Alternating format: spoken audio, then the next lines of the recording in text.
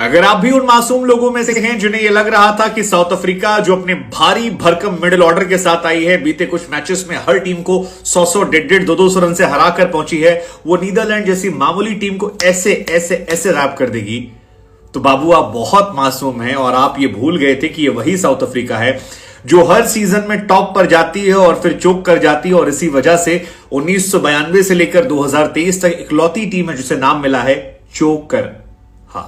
ये चोकर है। वैसे नीदरलैंड की पुरानी आदत है साउथ अफ्रीका को पटकने की। 2022 में T20 वर्ल्ड कप में भी इसी नीदरलैंड ने साउथ अफ्रीका को पटक दिया था। ऐसा पटका था कि लोग शॉक हो गए थे। लेकिन इस बार की साउथ अफ्रीका जिसमें क्लासन है, वान डर डूसन है, बुआमा है, क्विंटन डिकॉक है, डेविड मिलर है, क्लासन है, उसमें लग नहीं रहा था लोगों की ये पलट पाएंगे। लेकिन आज ये काम किया विभीषण ने। आप कहेंगे यार विभीषण कहां से आ गया? विभीषण का मतलब है घर का भेदी लंका ढाए। घर का भेदी कौन? वान डर मर्वे, एक 38 साल का साउथ अफ्रीकन जिसने साउथ अफ्रीका के लिए खेला, एक जमाने में आईपीएल में आरसीबी और दिल्ली कैपिटल के लिए खेला, जिसे बाद में डेयर डेविल बना दिया गया।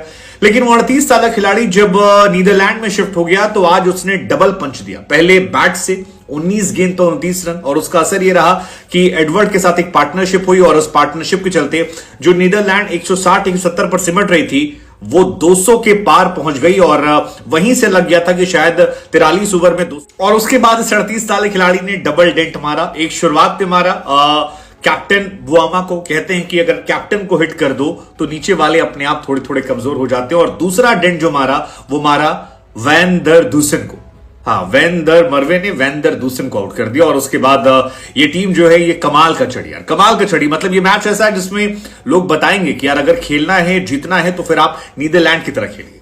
वैसे प्री मैच भी हमने ये बात आपसे कह दी थी कि अगर नीदरलैंड यहां पहुंची है तो आप उसे अंडर एस्टिमेट मत कीजिए, क्योंकि साउथ अफ्रीका के सामने आज उसने जीत दर्ज की है। लेकिन वेस्ट इंडीज और जिम्बाब्वे जैसी टीमों को वो हरा कर पहुंचे हैं और कई मैचेस में अच्छी शुरुआत ली उन्होंने दिखाया है कि उनमें पोटेंशियल है। और जब पोटेंशियल एक साथ निकल कर आया, जब वो पर्ची निकल कर आ रही थी नीदरलैंड के प्लेयर्स को, तो उस पर्ची का मैजिक जो है वो नजर आया। एक दो लूज चांसेस जो हैं वो दिखाई पड़े, लेकिन उसके बाद फिर वो कवर करते गए और उसका असर यह रहा कि पहले बल्लेबाजी में एक मोमेंटम शिफ्ट हुआ।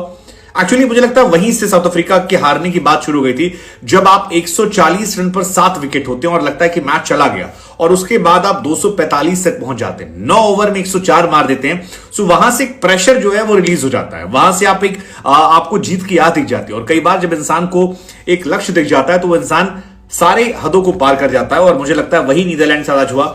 नीदरलैंड ने कैप्टन एडवर्ड ने एक पारी की शुरुआत करी, आर्यन दत्त ने सपोर्ट किया और उसके बाद बाकी काम।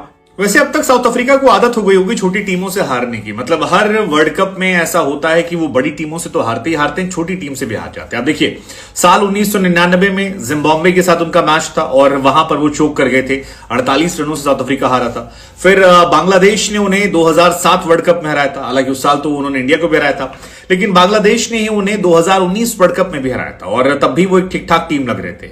और उसके बाद T20 वर्ल्ड कप 2022 में नीदरलैंड ने उन्हें 13 रनों से हराया था। सो उनकी हारने की आदत और फितरत जो है वो पुरानी है और यही वजह है कि उनके बारे में गेस करना आसान है। हालांकि इसके पीछे वजह कैप्टन भी हो सकते हैं, क्योंकि नीदरलैंड की टीम जो है वो एक एक खिलाड़ी को लेकर दिमाग में रखकर लाए थे। अगर आपने मैच देखा होगा तो एक पर्ची आती थी हर एक बल्लेबाज को लेके, और उस पर्ची में पता नहीं क्या जादुई सीक्रेट लिखा था कि उसको पढ़ाना था, उसके बाद उस हिसाब से गेंदबाजी होती थी। और साउथ अफ्रीका का एक बल्लेबाज जो है वो थैंक यू, मतलब ये अपने आप में था। और उस पर्ची की चर्चाएं जो है बहुत ज्यादा तेज हो गई थी। इस मैच में एक डिफरेंस और था दोनों कैप्टन के बीच में। कैप्टन एक तरफ एडवर्ड जिन्होंने अपनी टीम को लीड किया, जबरदस्त कीपिंग की, जबरदस्त उन्होंने कैप्टनसी की और जबरदस्त बल्लेबाजी की।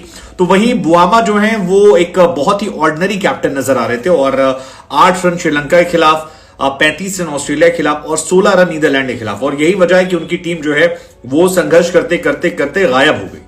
लेकिन आपको लगता है कि मतलब ओवर, लेकिन इस मैच में साउथ अफ्रीका के चोक करने ज्यादा चर्चा जो है वो चर्चा होनी चाहिए नीदरलैंड की परफॉर्मेंस को लेकर। बार बार मैं कह रहा हूं कि 141 फॉर 7 34 ओवर में, और वहां से 245 for 8। I mean that was incredible, जो आप बहुत कम देखते हैं। और खासतौर पे साउथ अफ्रीका जैसी बॉलिंग लाइनअप के सामने, जहां पर आपके पास बहुत अच्छे अच्छे गेंदबाज हैं, रबाडा, निगड़ी और बहुत सारे, मार्को, सब अच्छे गेंदबाज हैं।